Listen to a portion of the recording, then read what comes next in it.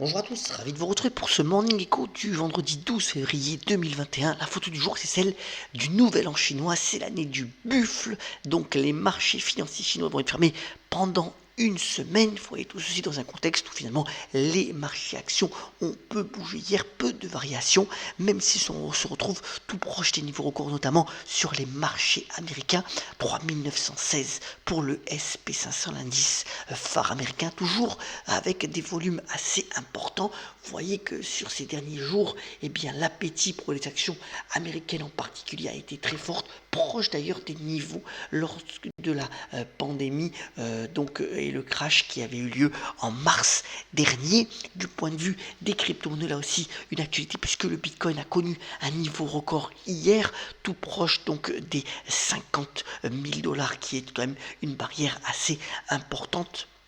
Après que donc Mastercard et Bank of New York Mellon ont décidé de mettre des crypto-monnaies au sein de leurs activités, donc toujours pas mal de frénésie autour du Bitcoin, affaire à suivre bien entendu. Alors du point de vue de la pandémie, voilà une belle infographie réalisée par le Parisien ce matin, démontrant malgré les difficultés autour des variants, et bien une certaine maîtrise de la situation. On sait aussi que de nombreux pays veulent vacciner à tour de bras, notamment c'est le cas des États-Unis. L'administration Biden veut mettre les bouchées doubles là-dessus. Le nombre de décès dans le monde recule, là aussi c'est plutôt une bonne nouvelle, ce qui donne donc à la Commission européenne, c'est donc l'histogramme à droite, des prévisions plutôt optimistes, en particulier pour le deuxième semestre de cette année 2021. Vous voyez 5,5% de croissance pour la France, mais aussi l'Europe du Sud qui n'est pas en reste, qui devrait aussi bien croître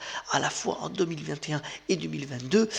Petit point d'ailleurs sur l'Italie où Mario Draghi a eu le consensus de pratiquement l'ensemble de la classe politique italienne, donc pour pouvoir former un gouvernement. Même le mouvement 5 étoiles va être à ses côtés pour pouvoir donc le soutenir. Et puis donc ça fait sur la zone euro une prévision de croissance autour donc de 3,8% pour cette année et l'année prochaine. Voilà donc une bonne nouvelle macroéconomique. Alors si on va sur l'actualité des entreprises, c'est assez dense. D'abord, L'Oréal, le groupe de cosmétiques français, a publié des bonnes ventes pour le dernier trimestre 2020, une accélération de 4,1%, surtout une envolée spectaculaire des résultats en Chine, avec aussi le e-commerce qui fonctionne plutôt bien. C'est maintenant 25% des revenus du groupe, et puis deux marques e-milliardaires, donc Lancôme et L'Oréal Paris.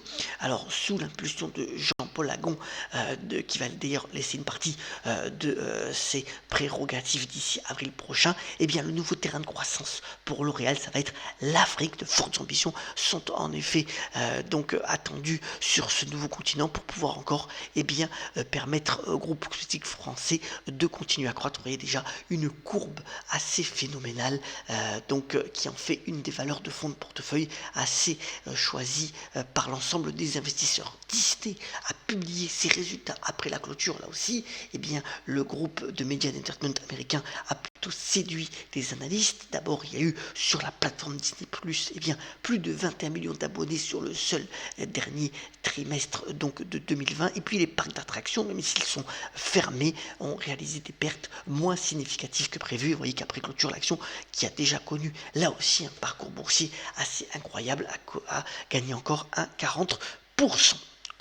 Par contre, en revanche, pression maximale sur le groupe Danone. De nombreux fonds activistes veulent un changement au niveau de la stratégie du groupe pour connaître plus de croissance. Emmanuel Faber, donc le directeur général, est sous pression pour donner de nouveaux gages, notamment à ces fonds activistes, et que le capital de Danone est ouvert pratiquement à 100%. Cette action a repris 2,20% hier à la bourse de Paris. Certainement, il y aura encore des changements et pas mal de soubresauts autour du groupe dans les prochains mois. Alors, toujours dans l'agroalimentaire, Kraft Heinz, qui se restructure depuis maintenant plusieurs mois et tente de retrouver de la croissance, eh bien, ça commence à porter ses fruits.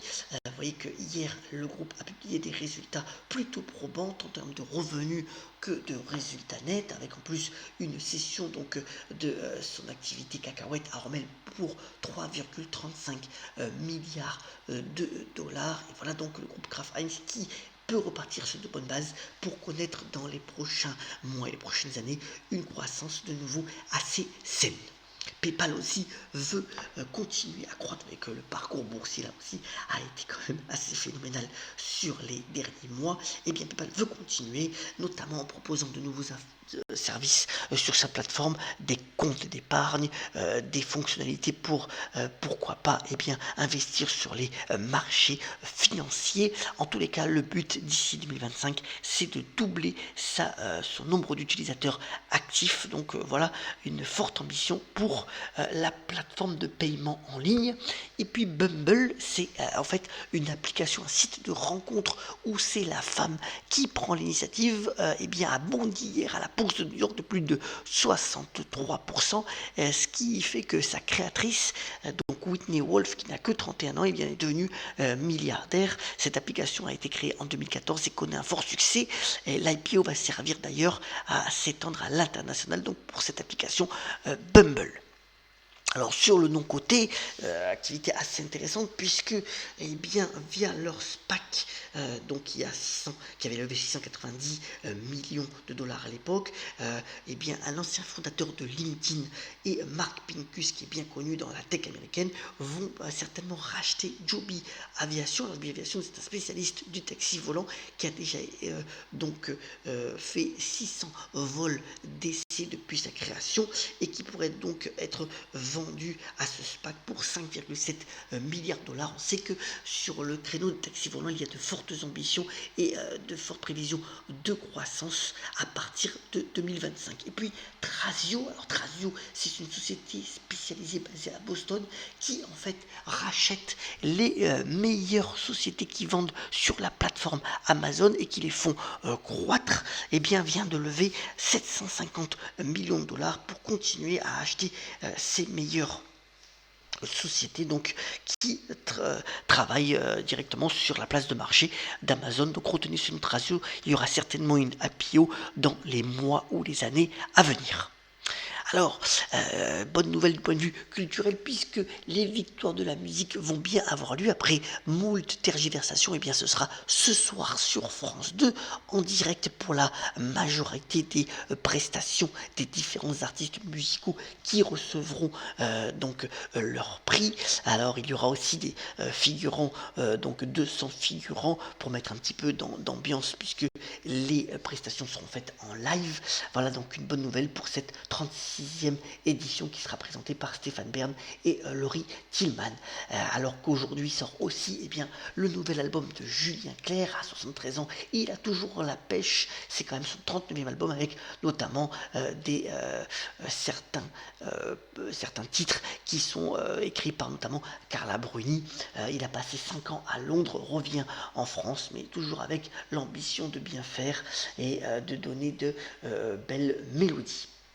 Terminons sur mon égo là aussi, en souhaitant bon anniversaire à un autre grand chanteur, Serge Lama, qui fête son anniversaire aujourd'hui et qui a notamment déclaré: quand la lumière du cœur s'allume, l'éteindre serait un péché. Alors pour ceux qui la célèbrent, bonne Saint-Valentin dimanche, et on se retrouve la semaine prochaine pour de nouveaux Morning Co.